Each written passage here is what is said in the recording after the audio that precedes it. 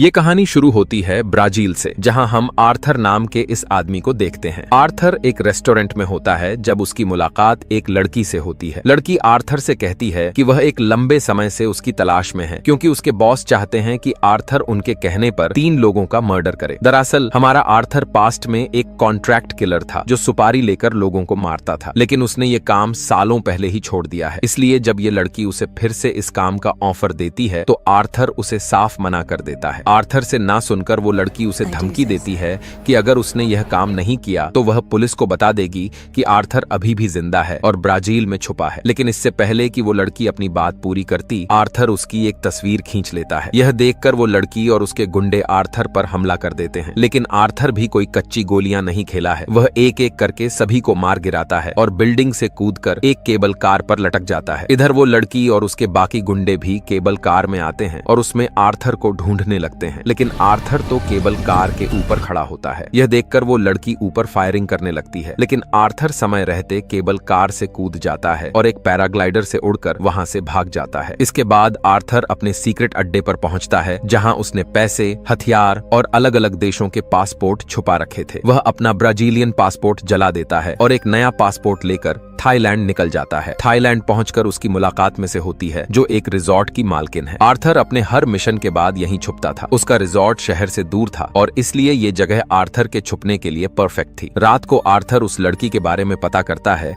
जो उसे रेस्टोरेंट में मिली थी। थोड़ी रिसर्च के बाद उसे पता चलता है कि वह लड़की क्रेन नाम के माफिया के लिए काम करती है। आर्थर डिसाइड करता है कि वह कुछ समय थाईलैंड में ही छुपा रहेगा। एक दिन मे के रिसोर्ट में एक घायल लड़की आती है जो फर्स्ट एड किट मांगती है। रात को मे बीच पर देखती है कि एक बोट पर एक आदमी उस लड़की को पीट रहा है। वह भागकर आर्थर को बुलाती है और उससे लड़की को बचाने को कहती है। आर्थर पहले मना करता है, लेकिन मे के जोर देने पर वह मान जाता है। बोट पर जाकर आर्थर उस आदमी को मार देता है। इसके बाद वह जीना नाम की उस लड़की का पासपोर्ट और फोन पाता है, जिसमें उसकी अपनी तस्वीर होती है, जबकि वह आज पहली बार जीना से मिला था। यहाँ खुलासा होता है कि ये सब एक प्लान था, जिसमें जीना और वो आदमी भी क्रेन के ही आदमी थे। क्रेन चाहता था कि आर्थर जीना की जान बचाए, फिर उससे प्यार करे और बाद में क्रेन उसे किडनैप कर ले ताकि आर्थर से अपनी बात मनवा सके। जीना बताती है कि क्रेन ने उसे ब्लैकमेल किया था, क्योंकि वो अनाथ बच्चों के लिए एक ऑर्फनेज चलाती है और क्रेन ने उसके बच्चों की जान की धमकी दी थी। अब आर्थर प्लान बनाता है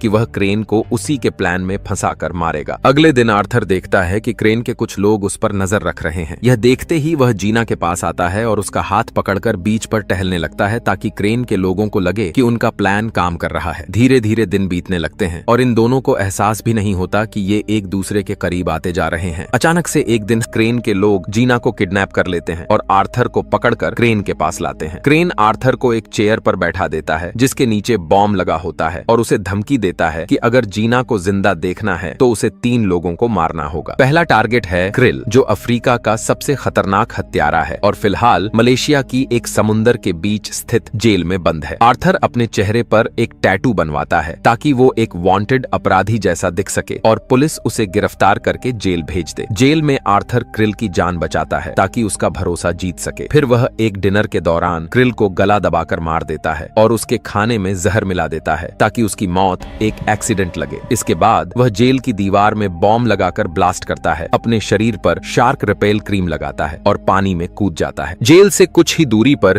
क्रेन की टीम मौजूद थी और उन्होंने आर्थर के ट्रैकर की मदद से उसे पानी से बाहर निकाल लिया। जैसे ही वह सतह पर आया, उसने सबसे पहले जीना को कॉल किया। उसे सेफ देखकर आर्थर ने राहत की सांस ली। क्रेन ने आर्थर को बताया कि अगला मिशन पूरा करने के लिए उसके पास सिर्फ 36 आवर्स हैं। इस बार का टारगेट था एड्रियन, जो ऑस्ट्रेलिया में एक 58 स्टोरी बिल्डिंग की टॉप फ्लोर पर रहता था। उस बिल्डिंग के सारे शीशे बुलेट प्रूफ थे और हर तरफ सिक्योरिटी गार्ड्स तैनात थे, लेकिन एड्रियन हर सुबह अपनी फ्लैट के बाहर बने स्विमिंग पूल में तैरने आता था। आर्थर ने ये बात गौर से देखी और डिसाइड किया कि वह उसे इसी पूल के जरिए मारेगा। वह एक ब्रोकर से मिलता है और एड्रियन के नीचे वाले फ्लैट को खरीदने के बहाने देखने चला जाता है। वहां वह चाबी की फोटो खींचता है ताकि डुप्लीकेट बना सके। इसके बाद आर्थर एक खास किस्म का केमिकल बॉम्ब बनाता है जो कि मोटे से मोटे शीशे को भी तोड़ सकता है। पूरी तैयारी के बाद वह भेष बदलकर इमारत में घुसता है और उस फ्लैट की खिड़की से निकलकर एड्रियन के फ्लैट की तरफ बढ़ने लगता है। आर्थर एक केबल और कुछ गैजेट्स की मदद मदद से पूल तक पहुंच जाता है और उसमें ड्रिल करके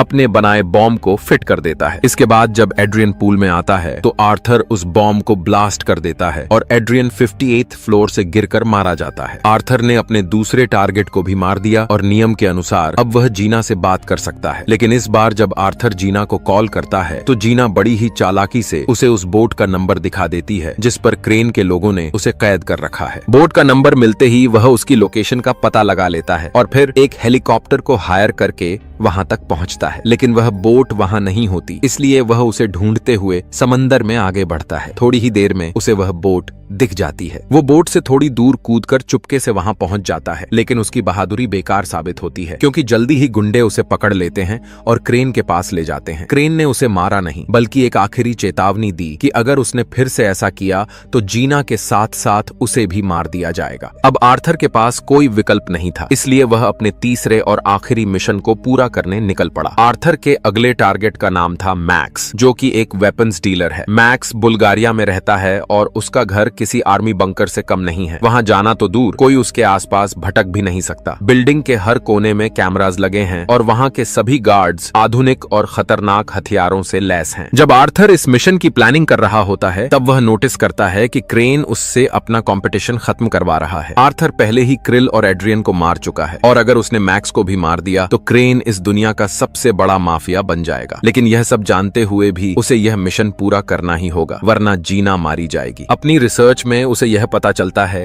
कि आजकल मैक्स की तबीयत ठीक नहीं रहती और इसलिए अगले दिन एक मेडिकल हेलीकॉप्टर मैक्स के घर पर लैंड करने वाला है। उस हेलीकॉप्टर में डॉक्टर्स की एक टीम होगी जो मैक्स की सेहत की जांच करेगी। अगले दिन आर्थर उस हॉस्पिटल में पहुंचता है जहां से वह हेलीकॉप्टर टेक ऑफ करने वाला होता है। वह चुपके से हेलीपैड तक पहुंचता है और हेलीकॉप्टर के लगेज कंपार्टमेंट में छुप जाता है। जब डॉक्टर्स की टीम मैक्स के घर पहुंचती है तो उनके साथ साथ आर्थर भी वहां पहुंच जाता है। बिल्डिंग में घुसते ही उसने सभी कैमरास को जैम कर दिया ताकि गार्ड्स को कुछ भी दिखाई न दे। कैमरे बंद होते ही मैक्स को एक सेफ रूम में ले जाया गया ताकि उसे किसी हमले से बचाया जा सके। लेकिन आर्थर तो पहले से ही उस सेफ रूम में मौजूद था। दरअसल वह बिल्डिंग में बने एसी वेंट्स की मदद से उस कमरे तक पहुंच गया था। यहाँ मैक्स को लगता है कि अब आर्थर उसे मार देगा, लेकिन वह ऐसा नहीं करता, बल्कि वह उसे क्रेन का पूरा प्लान बताता है कि कैसे वह सबको मरवाकर दुनिया का सबसे बड़ा माफिया बनना चाहता है। आर्थर ने मैक्स से कहा कि अगर हम दोनों मिलकर क्रेन को ही मार दें तो तुम दुनिया के सबसे बड़े माफिया बन जाओगे। अब मैक्स को भी यह डील पसंद आ जाती है और फिर दोनों एक योजना बनाते हैं कि वे मैक्स की मौत का नाटक करेंगे और जब क्रेन के लोग मैक्स की लाश देखने आएंगे उस वक्त क्रेन यार्ड पर अकेला होगा और तब उसे मारना कोई बड़ी बात नहीं होगी। योजना के अनुसार आर्थर एक धमाका करता है जिससे मैक्स पानी में गिर जाता है और फिर वह उसे पानी के रास्ते एक बीच तक ले आता है। इसके बाद वह क्रेन को कॉल करता है और बताता है कि मैक्स की लाश उसकी सबमरीन में पड़ी है। यह सुनकर क्रेन अपने लोगों को लाश ढूंढने के लिए भेज देता है। इधर दूसरी तरफ आर्थर ने उनके स्वागत का पूरा इंतजाम कर रखा था। उसने हर दरवाजे पर बॉम्ब्स और ऑटोमेटिक गन्स लगा रखी थी। जैसे ही क्रेन के लोग वहां पहुंचते हैं आर्थर उन सभी पर गोलियों की बारिश कर देता है। उधर क्रेन अपने कैमरा की मदद से यह सब देख लेता है और समझ जाता है कि आर्थर ने उसे धोखा दिया है। आर्थर उस बोट की तरफ निकल पड़ता है और वहां पहुंचकर क्रेन के बाकी लोगों को भी मार देता है। क्रेन यह सब देखकर घबरा जाता है और जीना को एक कमरे में बंद कर देता है। फिर वह बोट में लगे बॉम्ब को एक्टिवेट करता है